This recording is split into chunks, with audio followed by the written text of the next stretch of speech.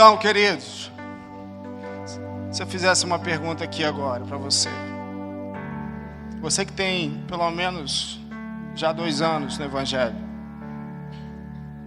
Você já leu pelo menos o Novo Testamento todo? As cartas de Paulo que falam tanto a nosso respeito, a respeito da igreja, de quem nós somos em Deus e quem Deus é, o que Ele pode fazer por mim e por você.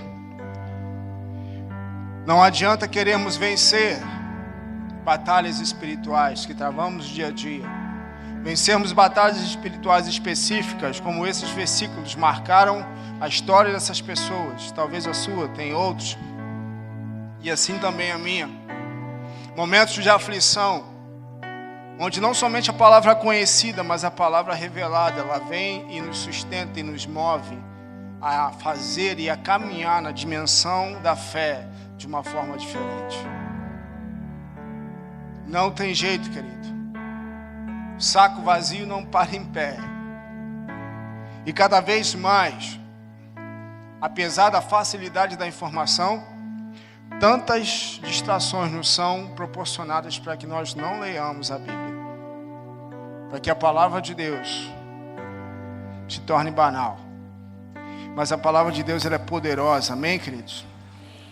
Paulo fala que ela é o poder de Deus para todo aquele que nele crê. A palavra de Deus, ela é viva e é poderosa.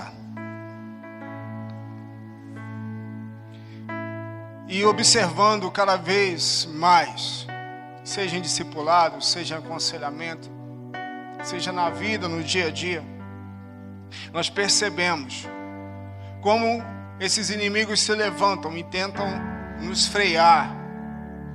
E não somente isso, frear, impedir, mas também nos fazer retroceder na posição que Deus nos colocou, ou onde Deus deseja nos colocar.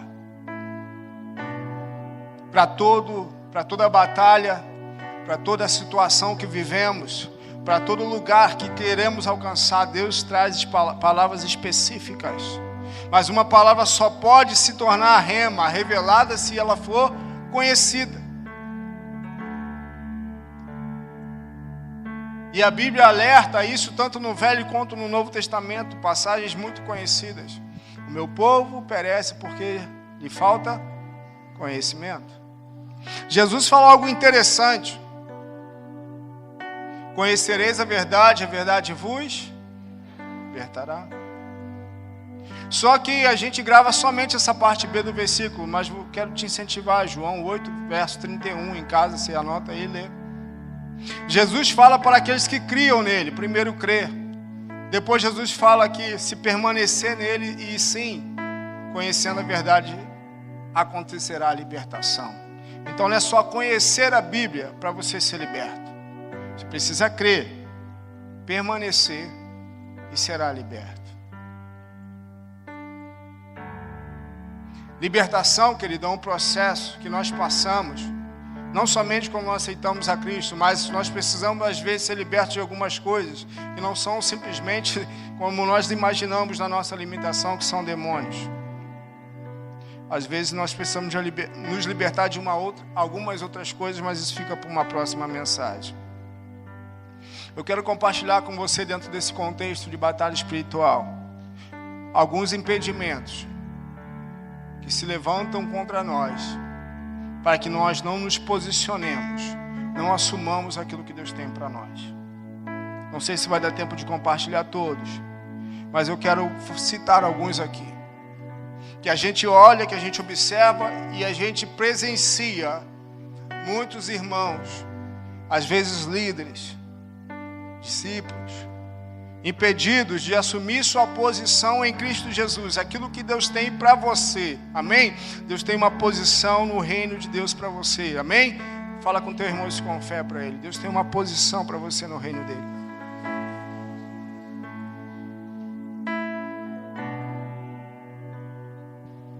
Deus tem um lugar, Deus tem algo específico para você. Primeiro impedimento, ao nosso posicionamento. Foi o que a gente acabou de falar, a falta de conhecimento da palavra ou o conhecimento distorcido a respeito da palavra. Por que, pastor, o conhecimento distorcido? O que é isso? Um conhecimento enganoso. Perdão. A palavra em si, o conhecimento dela é a verdade. Porém, a aplicação dela que pode se tornar enganosa. E muitos cristãos, muitos crentes, têm ido por esse caminho. E Paulo nos alerta seriamente que nos últimos dias, falsos obreiros, debaixo de ensino de demônios, conduzirão muitos ao engano. Algumas coisas, vamos dizer, queridos, que são toleráveis. Outras coisas são antibíblicas. E as pessoas pegam trechos da palavra e aplicam ao seu bel prazer. E isso se perpetua, se torna um ensino enganoso. E a Bíblia fala e chama isso. E Satanás vai usar isso para enganar a muitos. Então o ensino distorcido da palavra é tão prejudicial quanto a falta do conhecimento dela. Porque às vezes pegamos uma parte da Bíblia e aplicamos segundo a nossa vontade. É só a gente olhar por aí, na ideologia de gênero, o que falam a respeito da amizade de Davi e Jonatas. A amizade de Davi e Jonatas é verdade ou não era? Não é o que a Bíblia fala? Que eles amavam um ao outro, sim ou não? Daí a dizer que os dois tinham um relacionamento homoafetivo já é outra história. Então pode-se pegar um trecho, se aplicar ao seu bel prazer, né? E aí a gente vai. Um outro exemplo para ser rápido. Nós lidamos às vezes com situações matrimoniais difíceis. E aí, às vezes eu ouço assim: ah, pastor, eu preciso orar mais. Eu falo assim, eu penso, porque normalmente não falo isso com muito carinho, mas dá vontade de falar. O cabeção, você pode orar quando você quiser. Você tem que mudar de atitude. Você tem que se arrepender, voltar atrás. Não adianta você ir para o monte passar a madrugada orando. Se você descer de lá e não aplicar a palavra de Deus e aquilo que é necessário para que seu casamento mude, nada vai mudar. Quantos estão me entendendo? E às vezes um falso ensino, uma falsa direção baseada em algo que a Bíblia não respalda, traz dano para a pessoa. Segundo ponto, que se torna um impedimento, negligência. Parábola, né, meu Deus, esqueci. Os talentos. Mateus 25, 26. Com aquele servo que pega um talento, esconde, por causa do medo do seu senhor. Quando o senhor retorna, ele fala: servo mau e negligente. Você pode conhecer a verdade, você pode saber que ela liberta, que ela cura, que ela vai transformar a sua vida, mas nós deparamos hoje com uma gama de cristãos, trazendo principalmente para o âmbito familiar, que são negligentes para com a sua casa, para com a sua família. Quantos priorizaram seus ministérios e viram suas famílias se arruinarem, porque foram negligentes para com o principal chamado que Deus estabeleceu sobre um sacerdote e sobre uma mulher, que é a sua família. Então, nós podemos saber e conhecer a verdade, mas nós sermos negligentes diante do fato que conhecemos. E isso nos impede de viver aquilo que Deus tem para nós. Quantos estão me entendendo? Terceiro ponto, nós podemos ter uma preferência distorcida. O que é isso? A palavra de Deus, ela é tão verdade a respeito do que ela pode produzir em nós, como também quando nós optamos por algo diferente dela, ela também é verdade, e isso é tão triste. A Bíblia fala, João capítulo 3, verso 19, que os homens amaram mais as obras das trevas do que da luz. Ou seja, optaram depois de conhecer a verdade, por aquilo que não agradava a ele. Amaram mais a carne, as vontades da carne, do que as coisas do Espírito. E se você se inclina para a carne, se alimenta da carne, você vai colher morte. Porque a Bíblia fala que as inclinações da carne nos levam ao caminho de morte, mas do Espírito para a vida. Amém? Então, muitas pessoas ouvem, talvez você já se deparou com isso, com pessoas, eu conheço, eu sei, mas eu quero enfiar a cara no pecado. E aí a Bíblia, respalda com juízo.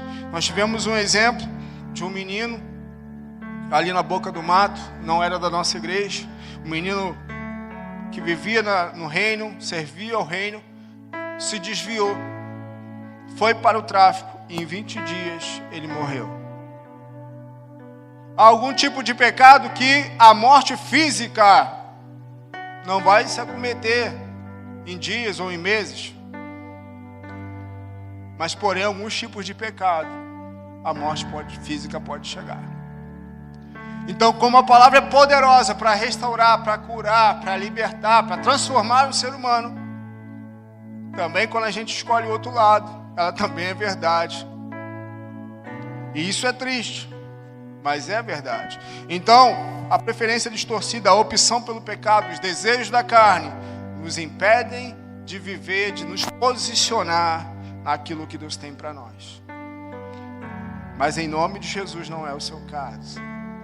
Escolha as coisas do Espírito e viva a vida que Deus tem para você. 4, incredulidade. A incredulidade impediu o povo de entrar na terra prometida, o povo de Deus. A incredulidade impediu muitos que estavam perto de Jesus, muitos da cidade de Jesus, foram tão incrédulos que o próprio Jesus, o Filho de Deus, a Bíblia fala que não pôde fazer ali muitos milagres, porque não reconheciam em Jesus o Messias. Para eles, Jesus era simplesmente o filho de José e de Maria. Mas para mim e para você, Ele é o Filho de Deus, amém? Que ressuscitou o terceiro dia e vive para todo sempre.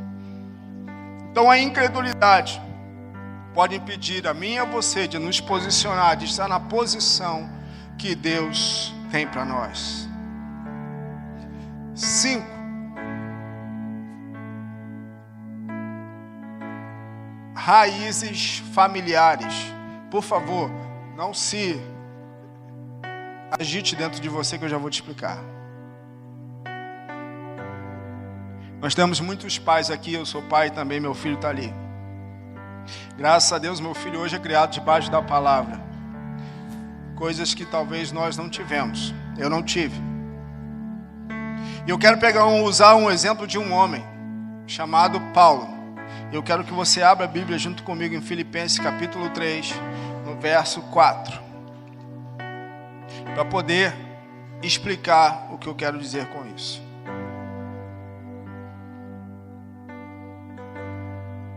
E com todo amor e carinho, de forma alguma eu quero provocar você, pai, mas eu quero levar você a refletir se isso é a sua realidade.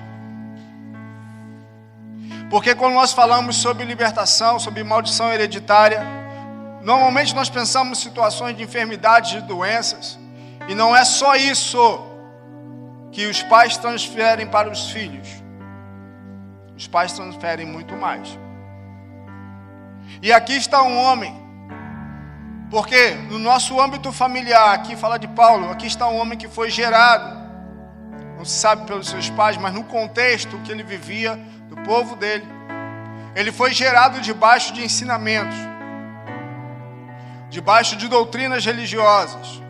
E muitas vezes nossos círculos familiares estão assim. Talvez você está aqui hoje, você vai entender muito bem o que eu estou falando. E graças a Deus você e sua casa todos foram libertos.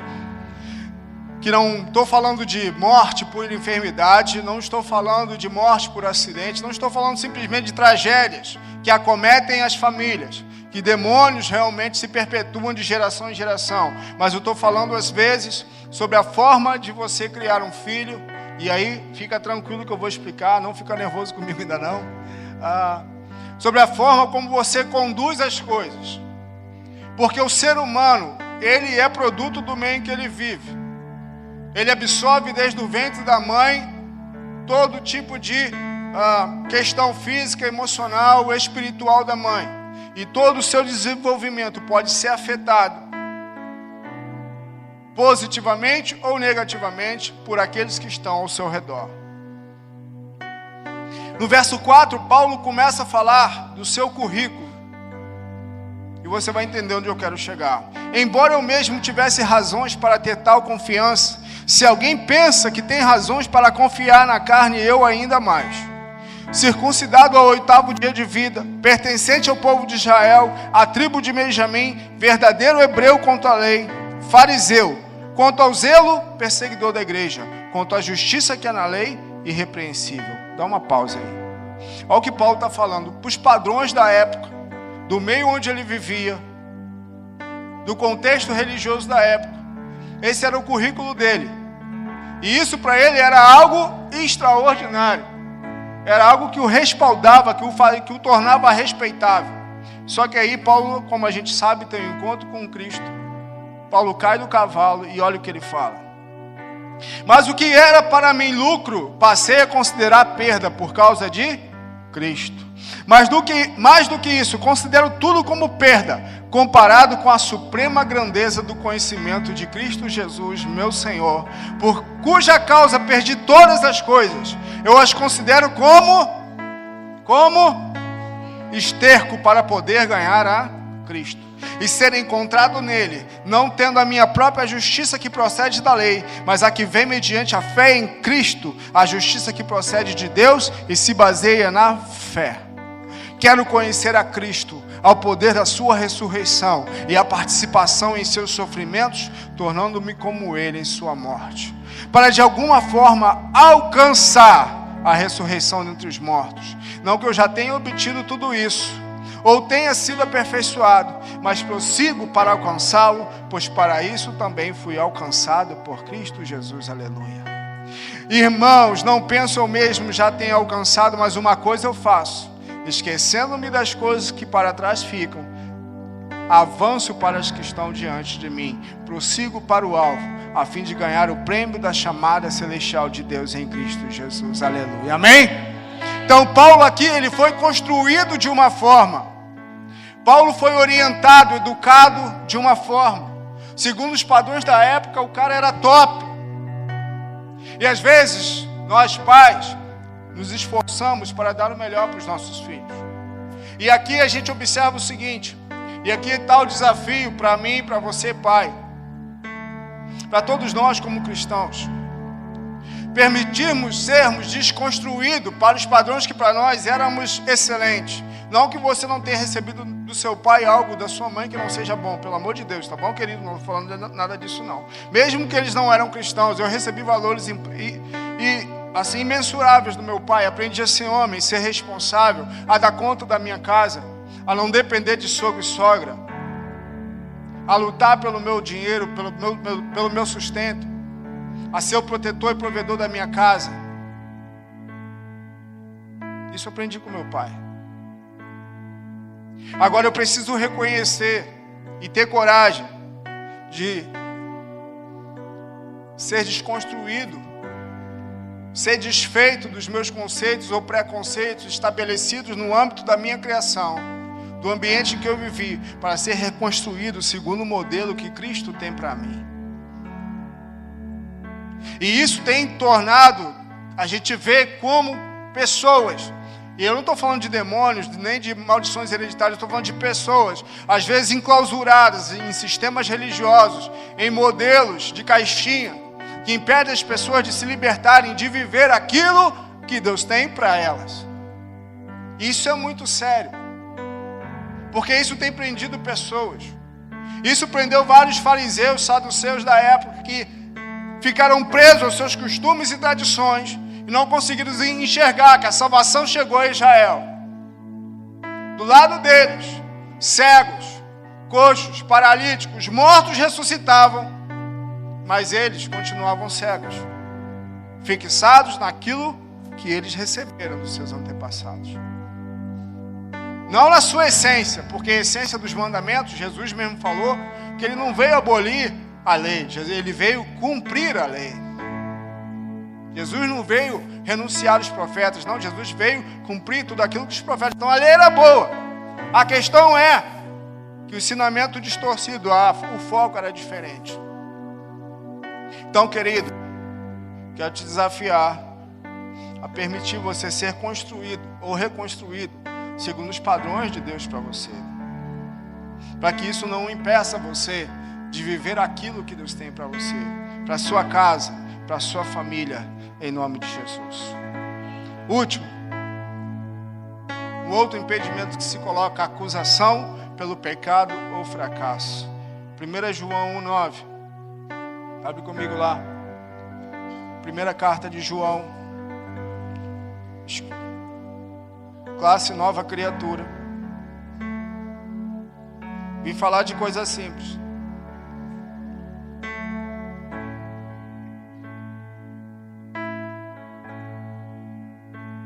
João 1,9.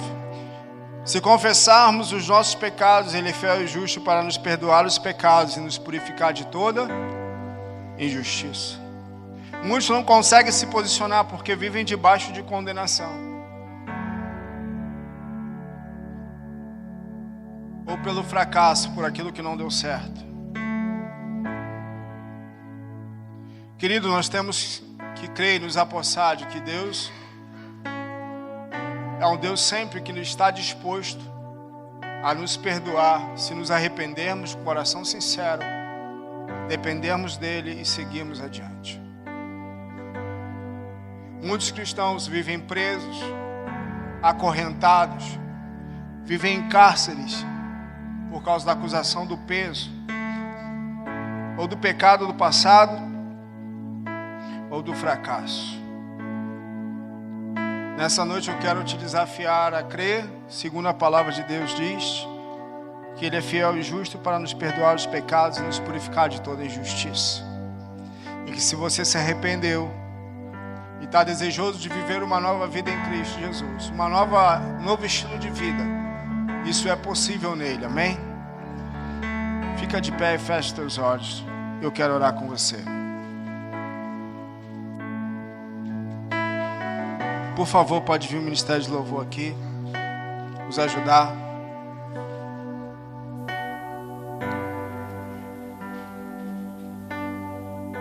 Não dispersa.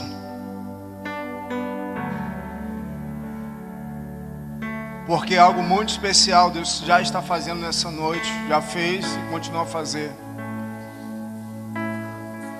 E uma das coisas mais tristes no coração de todo pastor, líder, discipulador, é ver uma pessoa que poderia estar vivendo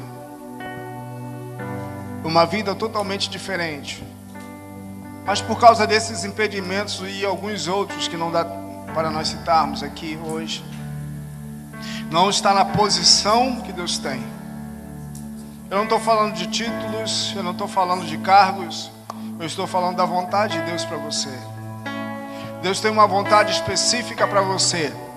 Ou você não crê que desde o ventre da sua mãe Deus já te olhava, Deus já te formava e Deus já estabelecia os seus dias e o propósito dele para você. Nós precisamos crer nessas verdades, querido. Deus tem algo extraordinário para realizar em você, através de você.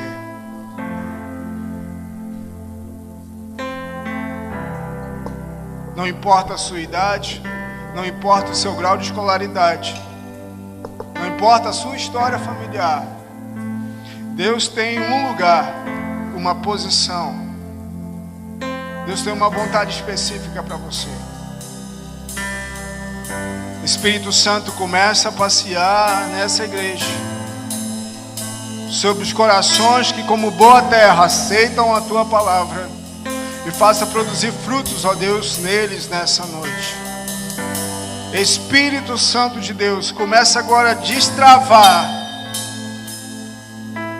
todo cárcere que pela palavra revelada começa a vir à luz agora, começa a vir à mente agora, ao passado, às circunstâncias familiares, para que possamos viver, Senhor, uma vida plena, de plena liberdade em Ti, realizando a Tua vontade aqui na terra, a qual o Senhor nos chamou desde o ventre da nossa mãe.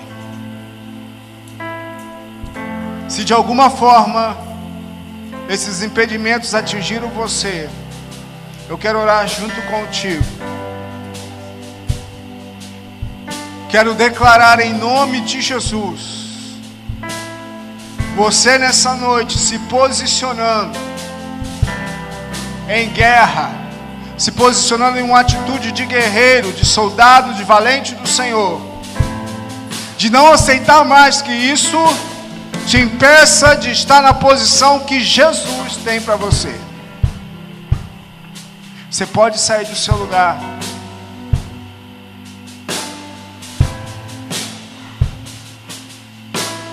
Sejam cadeias emocionais, sejam cadeias espirituais.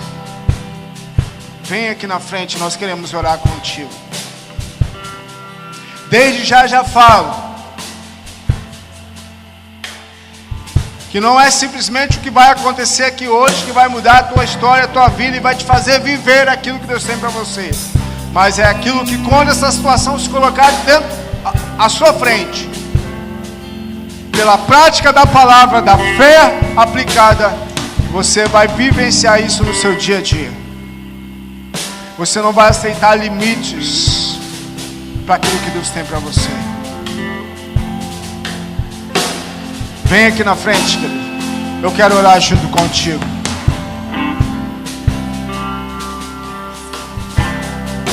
Espírito Santo, Espírito Santo, Espírito Santo, Espírito Santo, vivifica a tua palavra, Senhor.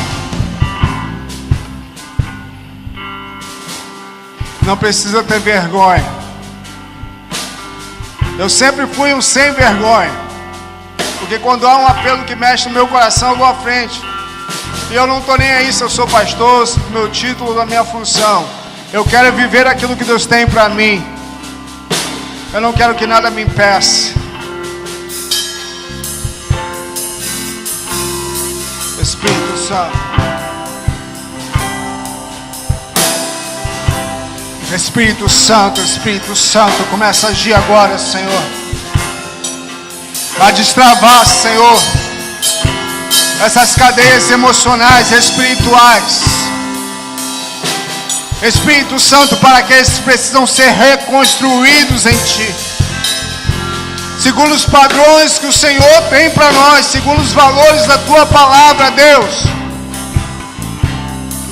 Para aqueles atingidos ainda, que sofrem ainda com o passado, com o fracasso,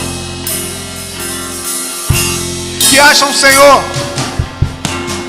que sempre vão viver uma vida limitada. Nessa noite, Pai, nós queremos orar e crer juntos. Declarar, Senhor, que aquele que está em Cristo, ele é nova criatura, que as coisas velhas já se foram e que tudo se fez novo, que segundo a Tua palavra nós somos mais que vencedores por meio daquele que nos amou, que aquele que está em Jesus, que aquele que crê em Ti,